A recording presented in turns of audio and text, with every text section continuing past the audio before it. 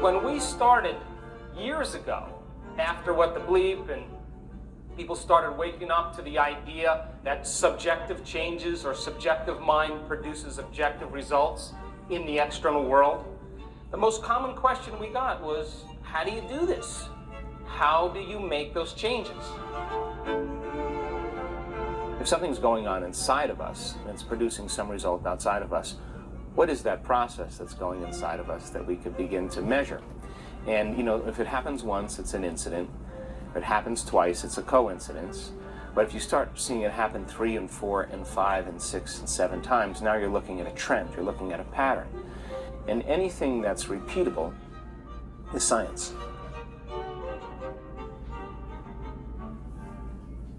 Chloe, where's your ear? Yeah, where's your head? Yeah, where's your mouth? Where's your nose? That's your eye! Our daughter is about to turn 1, and she was exclusively breastfed until she was about 6 or 7 months old. So we didn't know that she had any sort of allergies or anything like that, but she had eczema for all this time, and we didn't really know why. Are you hungry? Come on, let's go. And about 7 months old, we decided to start introducing some formula. And the first night that we tried to give it to her, she kept batting it away and batting it away. And just shortly thereafter, she vomited, and then her face began to swell and her ears began to swell, and she was covered in a rash from head to toe. And we went to the emergency room and found out that she had a really severe dairy allergy. The eczema that she was presenting was actually from foods that she was getting passed through my milk all along the way before she ever even had the dairy.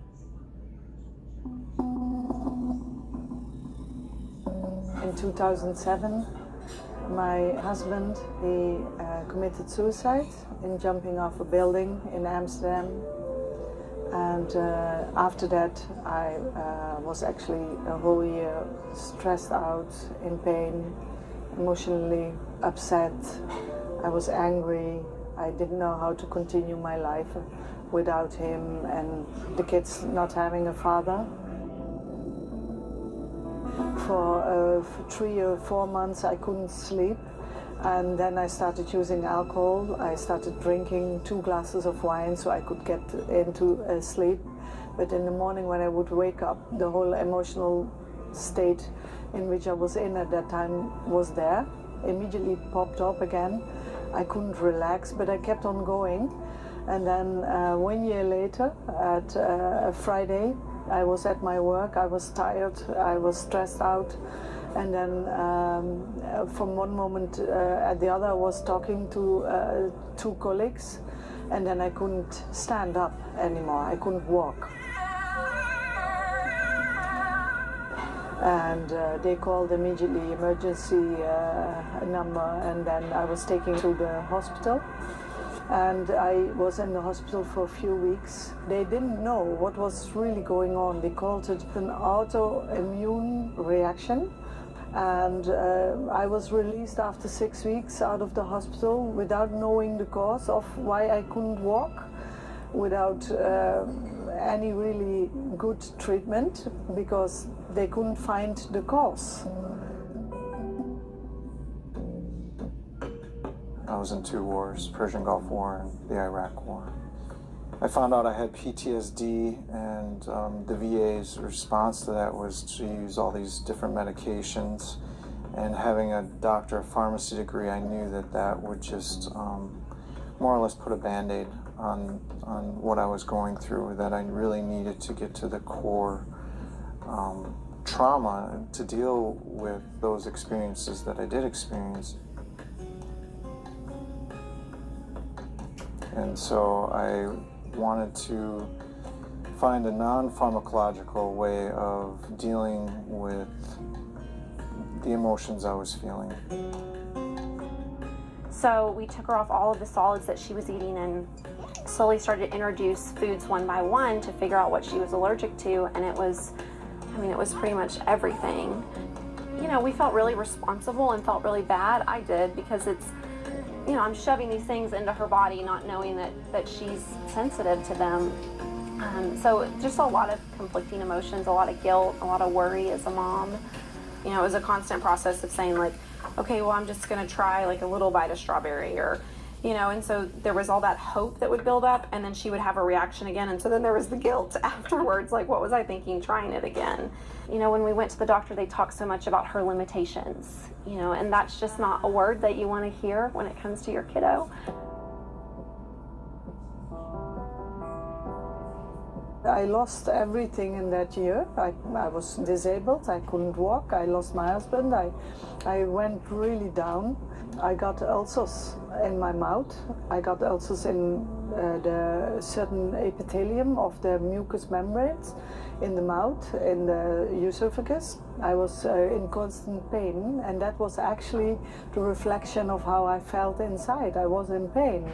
In January 2011, I got a diagnosis of esophagus cancer. I had two options, chemo or operation. And the operation, I said, okay, I'm not going to take. I just try first the chemo, maybe that will help. From the moment they gave me the first chemo, my heart rate went up to 200 and something. I felt nauseous, I felt so awful. Then I actually at that moment already wanted to pull it out, but they told me to keep it going in, because that would be the best thing to do. But 2 hours later, I said, I want this out. I want this out of my body. So then they pulled the infusion out, and I walked out of the hospital, and I said, I'm not going to go back there anymore. If you keep the brain sustained in the high level of emergency mode, and the adrenal chemicals are running in the body, the brainwave patterns that are created are no longer in rhythm. They're no longer synchronized. They're dissynchronized or disintegrated or disorderly. And that type of disorderly pattern in the brain sends a disorderly signal down the central nervous system and causes disorderly messages to the rest of the body. I had one huge thought since 2007. I was carrying around, my husband should not have committed suicide, and he should not have left his children alone. So that thought, these thoughts actually created the stress in my body, the anger, the sadness, like, my God, how could he have done this? If you look at the depression that we're seeing as a society, as you're seeing pharmaceutical companies and all the antidepressant medication, there's a crying out there in the world right now that people are in pain.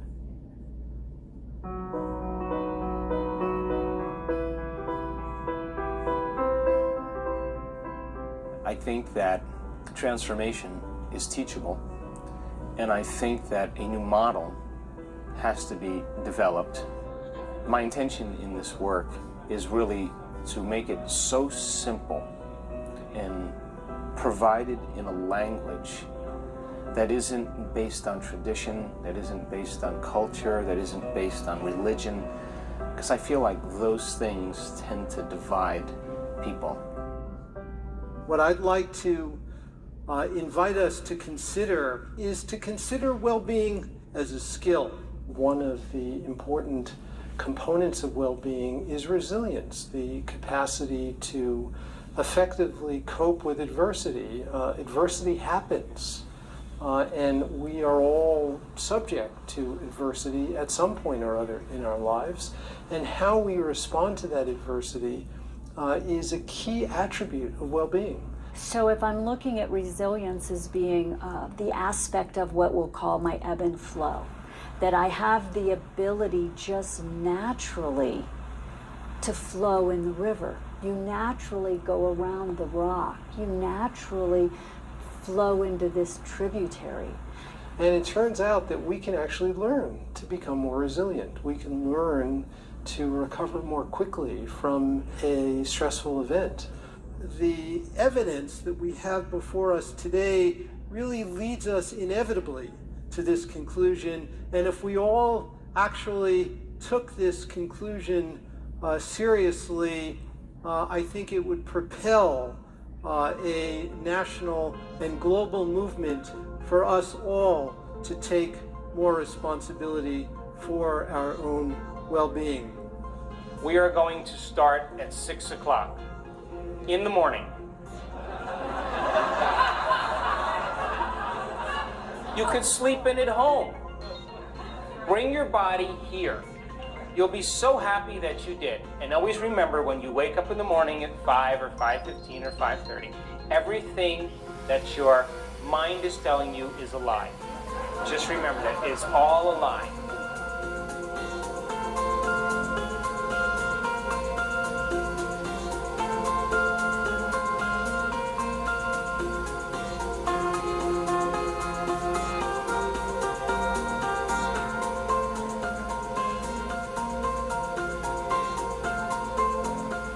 Everything we do will affect our brains. The environments that we're exposed to, the way we behave, the way we comport ourselves, all affects our brains all the time. Our brains are constantly being shaped. And if we take more responsibility for the shaping of our brains, if we instill qualities of equanimity and of generosity and of kindness, our brains will change because we adopt these mental habits. And through that change, we can produce enduring changes, enduring transformations in our experience and behavior. And the best ways that we're learning that we can change these habits is through meditation practices. You don't have to be a Buddhist monk. You don't have to have 40,000 hours of meditation. All you have to do is understand how to hit the tennis ball. But there's certain steps you have to go through to hit the golf ball. There's certain steps you have to go through to learn how to knit. Now, there's 4 kinds of meditations. There's a standing meditation, a walking meditation, a sitting down meditation, and a lying down meditation. We're going to begin to practice the same process that you're doing sitting, but you're going to stand up and you're going to raise your energy in your body.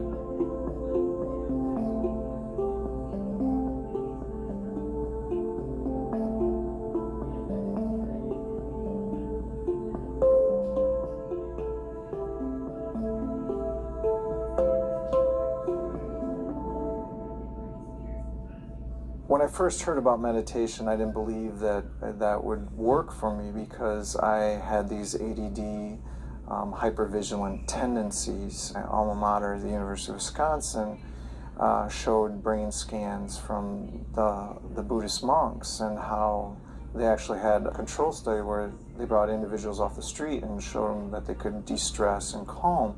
When I first met His Holiness the Dalai Lama in 1992, he challenged me and he said, look, we being scientists have been using the tools of modern neuroscience to study qualities like fear and anxiety and depression. Why can't we use those same tools to study kindness and compassion? He looked at all of us, young scientists, and he looked at us and he pointed his finger. And when he points his finger at you, it's hard to just dismiss it as, nothing, no big deal. He said, I'll be watching all of you. You are responsible for reducing suffering in this world.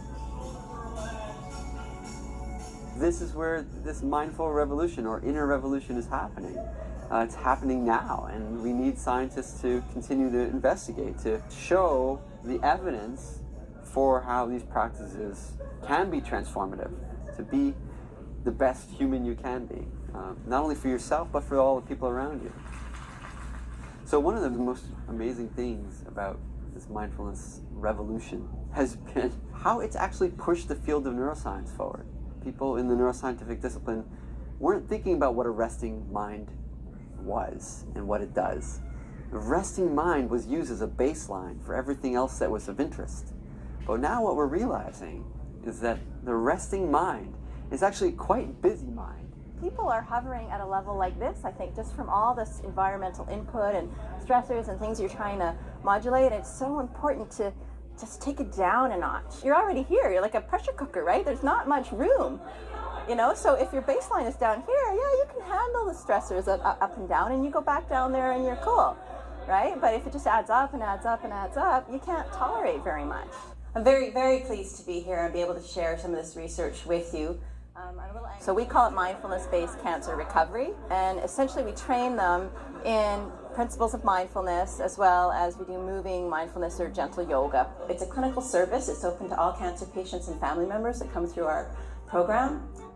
When people have a traumatic or difficult experience like cancer, sometimes it's a catalyst for growth and transformation and finding more sense and meaning and purpose in life. And the programs seem to have that effect as well.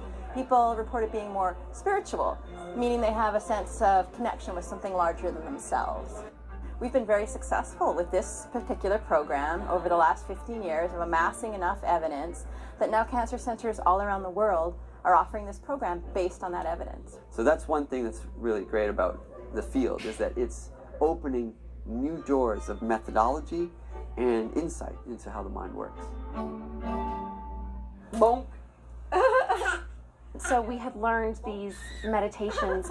We went home and Chloe fell asleep on me for one of her naps, and I just eat that time up of getting to hold her and be close to her. And so instead of putting her in her crib, I just let her stay there on me, and while she was on me, I meditated.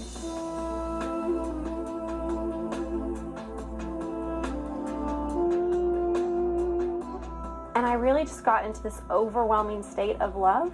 I didn't even start with the intention of thinking, oh, I'm going to heal my daughter.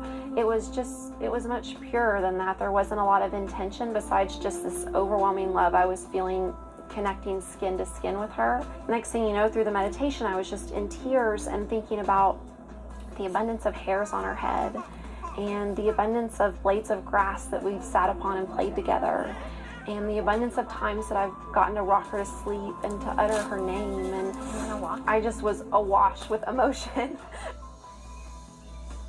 When you're truly present, you forget about time and space.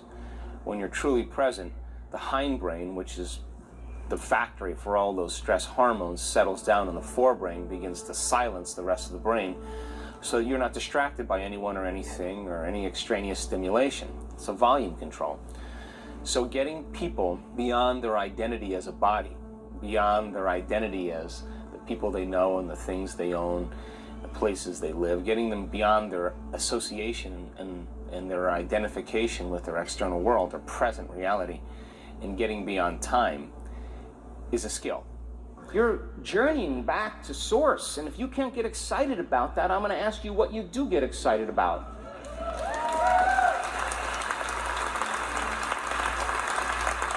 The same level of mind that you've been living from every single day in your conscious and unconscious reactions to your external world is not the mind that's going to produce transformation in this room. And you have to get greater than the habituations neurologically and biologically in your brain and body. You have to transcend your identity that's connected to your external world, and you have to literally lose track of time. And I call it digging deep because you reach a point where you hit a wall. You reach a point where you're caught in a neural circuit that's going around, and you can't address it from the circuit. You can't change a computer program by being the computer program, can you? You have to get into the operating system, and you need an operator to change the program. And that operator is not your body. The operator is not the program. The operator is not the ego. So when we drop into meditation, we drop the body, we drop the physical. We go into that deep subconscious mind, the operating system. And what happens is the divine is waiting for us, saying, come this way. It wants us to interact. Mystics, shamans, healers, sages, they step into that altered state of consciousness. It's our divine right as human beings.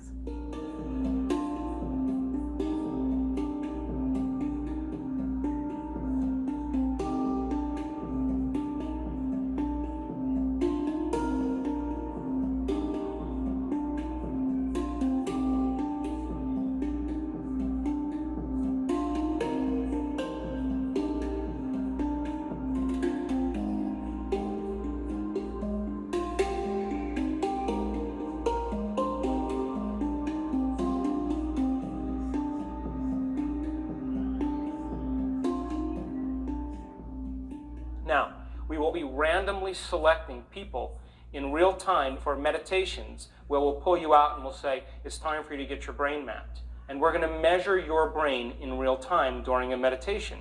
We're going to see what's taking place. And when a person's struggling, when a person has transformation, we want to see it in real time. How different parts of the brain are talking well with one another.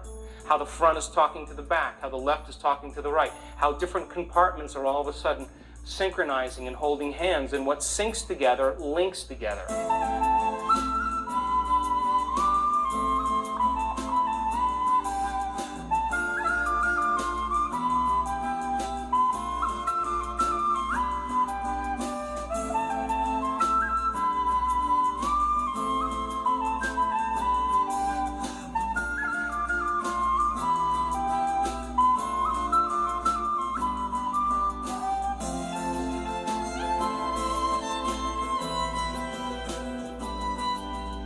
And that level of orderliness that's created causes the brain to function in an integrated and holistic fashion. And you start to feel more like yourself than you felt in a long time. And that level of coherence sends a very organized signal down your central nervous system, and all of a sudden, all other systems begin to organize themselves as well.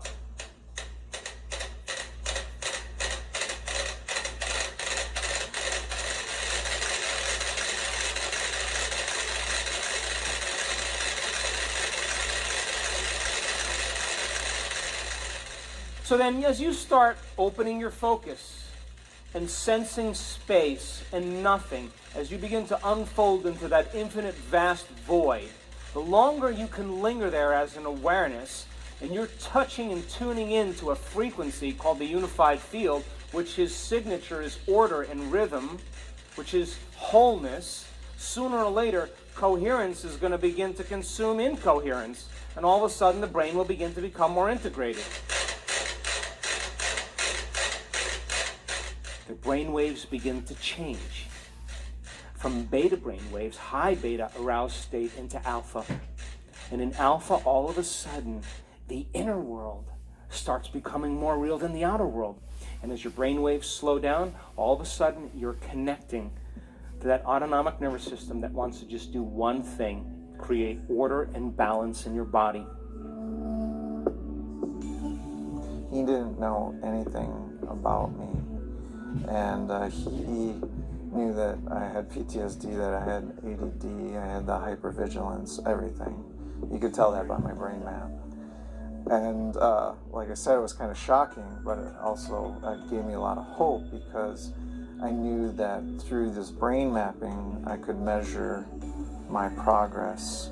And I actually had the objective measurements. The brain maps showed me I could actually go into my meditations and use that information in my meditations to help starting to heal myself. And all of a sudden you see the front of the brain talking to the back of the brain. We've seen this so many times. You see the right side of the brain talking to the left side of the brain. And all of a sudden you see the brain starting to move into a more holistic state. And those brain waves become highly coherent. When that happens, that energy moves right into the heart. And all of a sudden, the person starts to feel connected to something greater. I made a decision to start meditating daily, and I started the work first on my own, and then I started talking with people about it, and they were supporting me. I would start meditating in the evening around 9:30, and then I would sit with it till I really felt I'm whole, I'm having more energy, I'm joyful, I'm a happy person, I can do this, it will work. All these changes that I had to tell myself. If not the chemo, then why not try to heal myself? So we're stepping into the practicum, right? And the skill. And it's one thing to study, rodents in a changing environment. It's another thing studying people changing their internal states and being able to sustain those internal states. So that's the practicum that leaves the philosophical behind. So if you have philosophy or theory and you initiate it, that initiation then should lead to some type of mastery or skill.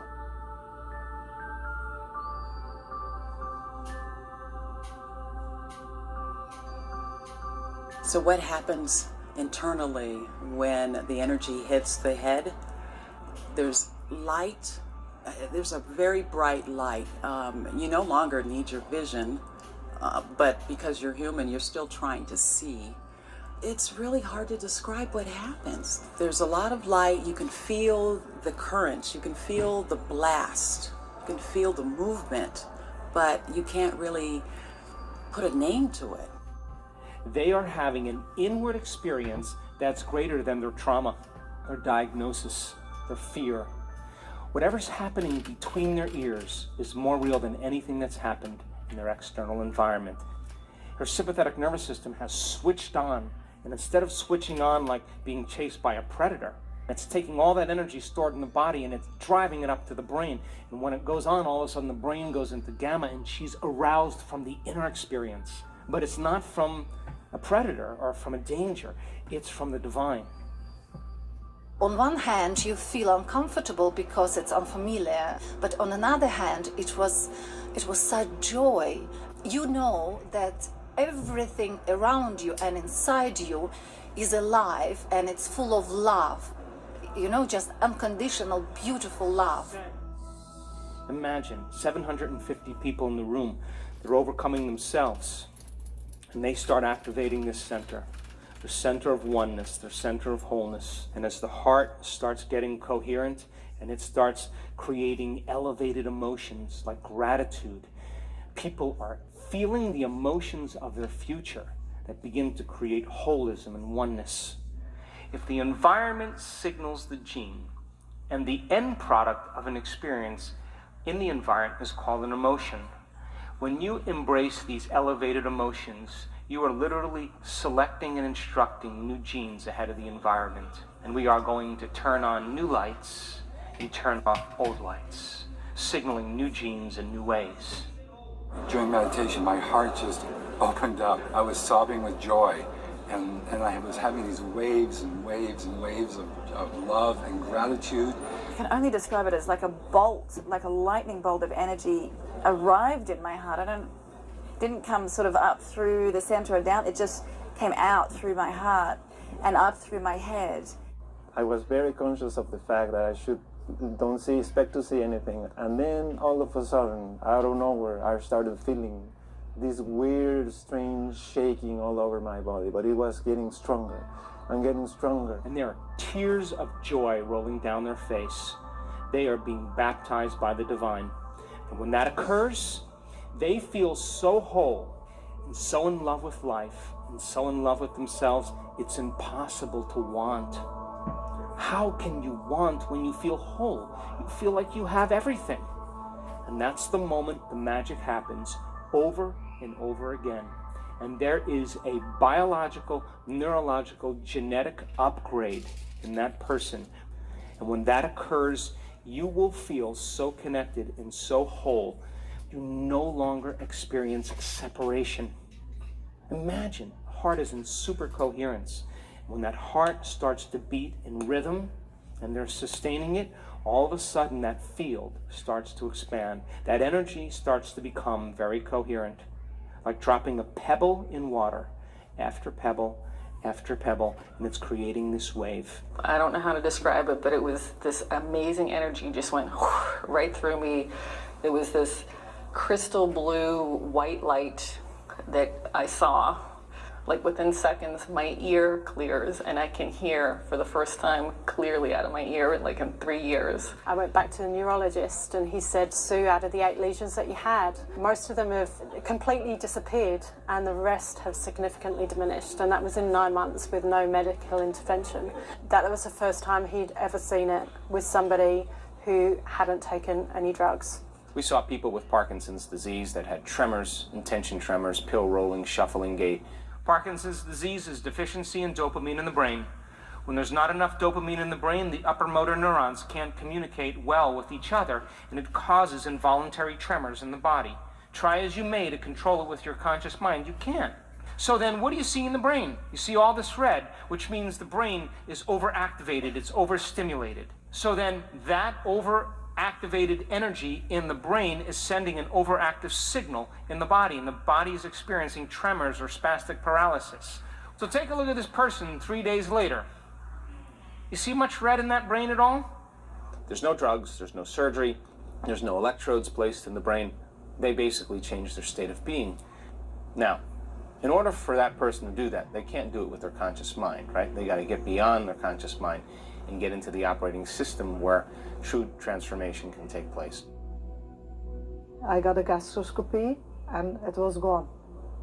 The cancer was gone. I don't know what did it, just meditated. I just was there every day with it and seeing myself like I'm a healthy person, I'm fit, I'm happy, I have a good life, I earn money again, and I'm healthy. That was my main thing, but I knew that I had to be healthy up here, and especially the emotions, because they are sometimes so strong, and the environment is also like, oh, you know, if you have cancer, the environment reacts like you have cancer, you know, and wow, and they treat you differently, and you even go and react like that, oh, I have cancer, you know. And at one point I stopped, I told nobody anymore anything about the condition I was in. I stopped also talking about my husband's suicide because I decided to not go there anymore emotionally. And that helped me to heal myself.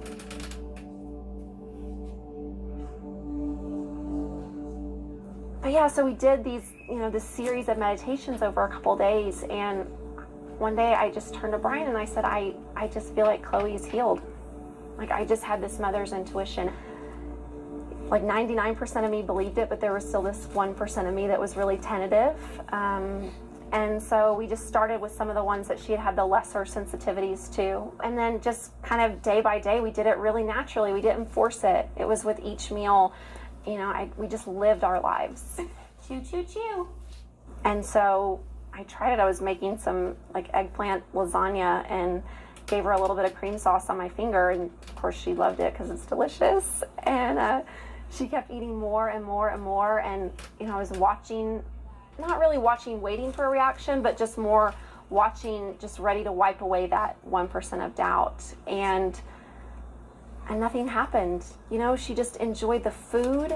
And there we were in the kitchen, a family making a meal together and eating a meal together, and it was a miracle. Drink, wash it down. My old thinking was that all the things that happened to me, I was a victim of circumstance or of other people. We as a society as a whole, we're always stuck in the victimhood of what happened to it, and not to say that those traumas weren't bad and that they weren't hurtful, but to be able to come out to the other side and see from myself, wow, that has made me who I am today. Those traumatic experiences made me the man that I am today. I was a victimized person, and I decided to not be victimized anymore. I decided at that point I can go on living, I can heal my life, and I finally will enjoy my life again. Leo, come here. Come on.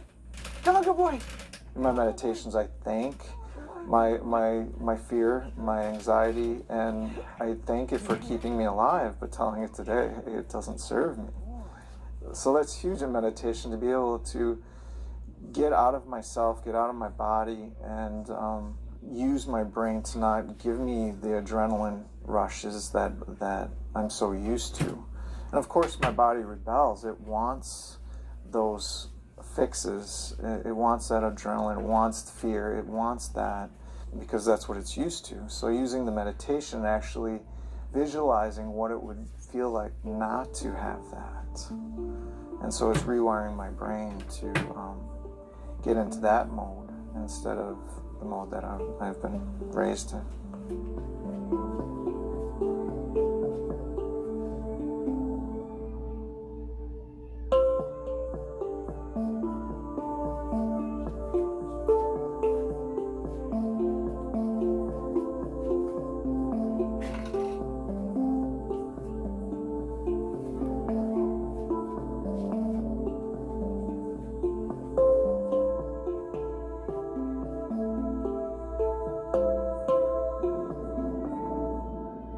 The research in mindfulness in the brain is teaching us that through our own intentional efforts, we can actually change our brain through purely mental activity. And this is kind of amazing because it suggests that we all have the capacity to shape our own brains in ways that may be beneficial. And the research shows that the more focused a person is, in other words, they can keep their mind on a single task, guess what it's directly related to? Happiness, joy. And the more fractured a person focuses, the more they're living by those stress hormones and the more fractured and confused they are in their life. Everything that I was suffering of, which was a physical condition and emotional condition and mental condition, because it's a three-dimensional thing that's going on, is changed. Like I walk again, I have enough muscle power to walk without crutches, I bike again, I do all the things I love, I work again, I look after my kids, and I'm a happy person. Okay, let's do it. You ready? The itsy bitsy spider went up the water spout to ask the universe, what's it all about? The stars in the sky said, life is great. So the itsy bitsy spider went home to meditate. Yay! We sang the spider song! I think the coolest thing has just been the joy quotient in our lives. It's not about, you think about this process of manifestation and law of attraction, all this kind of thing, and you think about things and stuff, and I want more wealth, and I want this, and you know, we're like normal people, we want that stuff too. But it's beyond that. You know, we have just been more joyful as a family and just more present with each other and more connected. I mean, every day we are living our best lives. I mean, that's invaluable. And I wholly attribute it to this time that we're spending. We get up every morning at 5 a.m. together and we sit side by side and we spend that time in meditation before Chloe gets up. And we've gotten ourselves into this state of mind that's blissful and joyful. And we go into her room and we sing and we dance and we have this whole fun wake-up routine. Good morning, morning, morning. Good morning, good morning. It's time to start your day. And you see it in her face, you know, just to start the day like that. Imagine starting your life, right? Every day, starting your day with that much joy, with singing and dancing and hugging and connecting and smiling and just pouring your love all over one another. And to me, that's the miracle. We owe it to ourselves, you know, to go out and try it and experience it. And once you experience it and feel the, like Kelly was saying, the joy and the love that you can't help but have and experience, that you won't want it to stop. I've changed dramatically. You know, I went from this deep, dark depression to now having a zest for life. I am not as hyper-vigilant anymore. I don't use the sleeping pills that I used to. I now use meditation. Is everything rosy today? No. I have things that happen to me daily, but it's how I deal with them. And that is the key. And when you're in that state, guess what happens? You go from selfish, driven by the hormones of stress, to selfless. And all of a sudden, that heart of yours begins to open, and the innate capacity in you to give, to take care of, to nurture, to serve is who we really are. And all of a sudden, you create a community of people that are in love with each other, and they understand the way that we survive is in cooperation, no longer in separation.